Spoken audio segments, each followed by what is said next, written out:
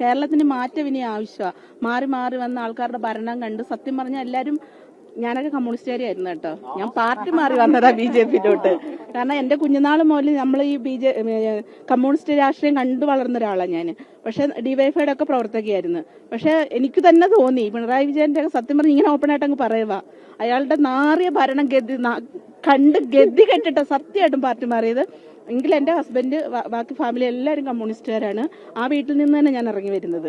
അവരെ കൂടി ഈ മാറ്റം എന്താണെന്ന് പറഞ്ഞ് ബോധ്യപ്പെടുത്തുക. ഏറെക്കുറെ മനസ്സിലായി തുടങ്ങിയിട്ടുണ്ട്. കാരണം ഇന്ന് മാറും, നാളെ മാറും, മറ്റന്നാൾ മാറും എന്ന് വിചാരിച്ച് നമ്മളിങ്ങനെ ഇരിക്കുന്നതാണ്.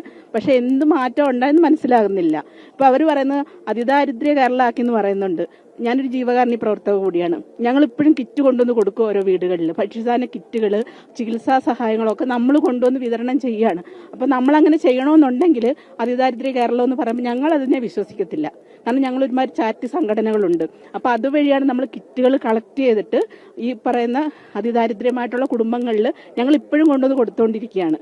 അപ്പം ഞങ്ങളുടെ അടുത്തൊക്കെ ഇത് പറഞ്ഞ് ഞങ്ങൾ ഒരിക്കലും വിശ്വസിക്കത്തില്ല.